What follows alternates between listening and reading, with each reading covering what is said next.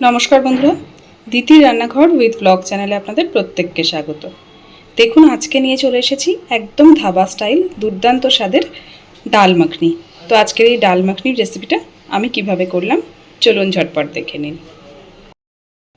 তো দেখুন বন্ধুরা, ডাল মাখনির জন্যে কড়াই বসিয়ে দিয়েছি, আর এদিকে একটা প্লেটের মধ্যে নিয়েছি পেঁয়াজ কুচি, টমেটো কুচি, রসুন কুচি, আদা কুচি, কাঁচা লঙ্কা কুচি। তো এবার কড়াইতে দিয়ে দেব তেল। তেল বসিয়ে দিয়েছি, তেল তো ভালোভাবে গরম হবে। আর এই দিকে দেখুন, আমি এখানে নিয়েছি ডাল মাখনির জন্যে একসঙ্গে অনেক রকমের ডাল একসাথে সারা রাত আগের দিন রাত্রে সারা রাত ভিজিয়ে রেখে সিটি দিয়ে নিয়েছি প্রেসার কুকারে। এর মধ্যে আছে দেখুন তরকার ডাল, বুটের ডাল, ছোলার ডাল, রাজমা, অনেক রকম ডাল মিক্সড আছে।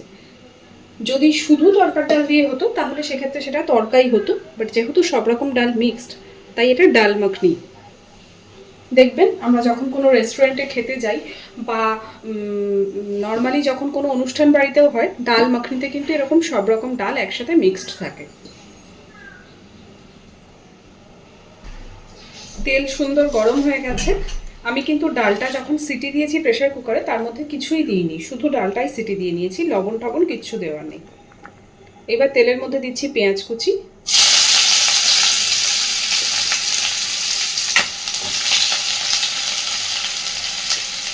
টমেটো কুচি, রসুন কুচি,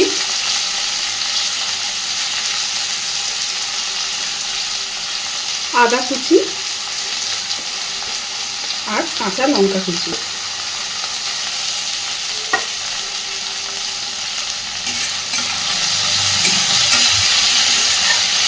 খুব ভালোভাবে এবার এগুলোকে ভেজে নেবে।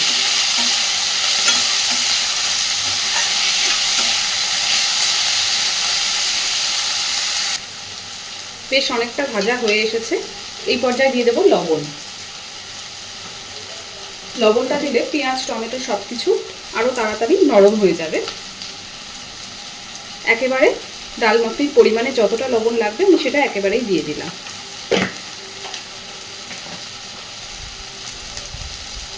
এইবার একে একে দিচ্ছি হলুদ গুঁড়ো,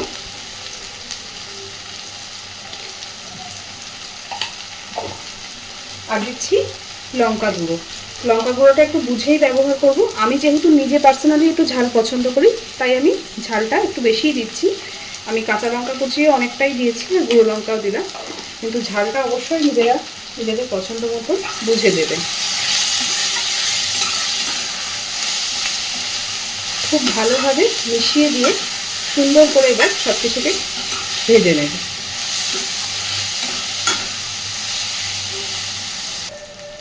খুব সুন্দর ভাজা হয়ে গেছে দেখুন, এর থেকে বেশি ভাজার দরকার নেই।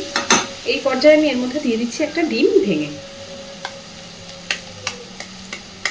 ডাল মাখনিতে ন্যাচারালি ডিমটা অনেকেই অ্যাভয়েড করে, তো যারা মনে করবেন ডাল মাখনিতে ডিম দেবেন না তো সেটা অ্যাভয়েড করতে পারেন, কিন্তু একটা ডিম দিয়ে এইভাবে করে দেখবেন, খেতে কিন্তু ভীষণ ভালো হয়।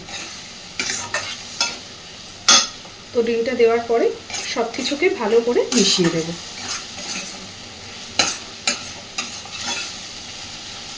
আর ডিমটাকে কিন্তু আমি আলাদা করে ভেজে ঝুড়ো করে নিয়ে এর মধ্যে অ্যাড করলাম না, সেটা ইচ্ছাকৃতই করলাম না। ডিমটা এইভাবে মশলার সাথে মাখিয়ে নিয়ে এইভাবে ভাজলে না খেতে অনেক বেশি স্বাদ হয়। ন্যাচারালি তরকাতেও এই প্রসেসটা ফলো করে দেখবেন।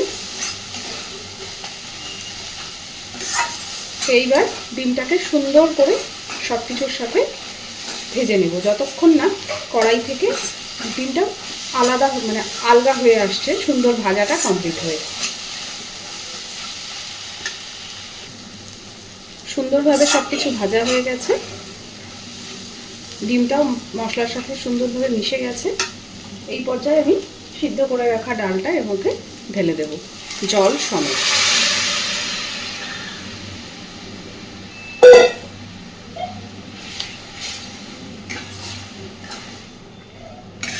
সব কিছুকে ভালোভাবে মিশিয়ে দিয়ে ঢাকা দিয়ে খুব ভালো করে ফুটতে দেব। যদিও সিটি দেওয়া আছে, সিদ্ধ হয়েই আছে অলরেডি ডাল, কিন্তু তবু মিনিট 5-7 ভালোভাবে আগে ফুটিয়ে নেব। সুন্দর করে ফুটতে শুরু করেছে। এই পর্যায়ে আমি দিয়ে দিচ্ছি একটু চিনি।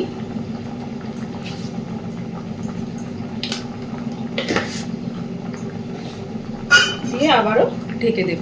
আর ঢাকার আগে এইবার দিয়ে দিচ্ছি বাজারে যে সানরাইজের তড়কা মশলা কিনতে পাওয়া যায়, সেই তড়কা মশলার থেকে অল্প একটু তড়কা মশলা। এটা আপনারা চাইলে নাও দিতে পারেন, কিন্তু দিলে একটা সুন্দর গন্ধ হয়। আগে খুব ভালো করে এবার ফুটিয়ে নেব।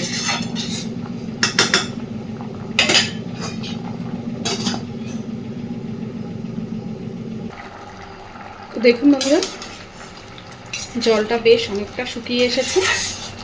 আর যখন ঠান্ডা হয়ে যাবে তখন কিন্তু এটা আরেকটু টাইট হয়ে যাবে। সব কিছু সুন্দর বেশ একটা মাখো মাখো ভাবও হয়ে এসেছে। এইবার এই পর্যায়েতেই আমি দিয়ে দেব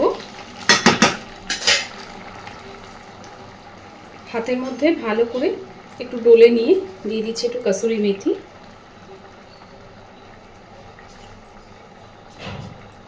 আর দিচ্ছি 1 চামচ ঘি। ঘিটা অবশ্যই ব্যবহার করবেন। ডাল মাখনি বা তড়কা এই রান্নাগুলোতে ন্যাচারালি একটু ঘি লাস্টে ব্যবহার করতেই হয়।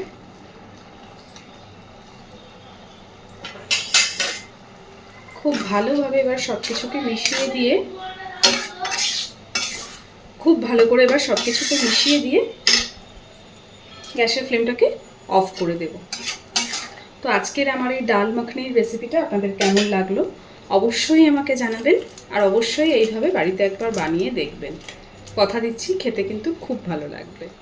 তো চলুন, আজকের রান্নাটা তো অবশ্যই জানাচ্ছেন। আর আমার চ্যানেলটাকে লাইক, শেয়ার এবং সাবস্ক্রাইব করে আমার পাশে থাকতে ভুলবেন না। এতক্ষণ আমার সাথে থাকার জন্য অসংখ্য ধন্যবাদ। এবার আমি গ্যাসটা অফ করে দিলাম।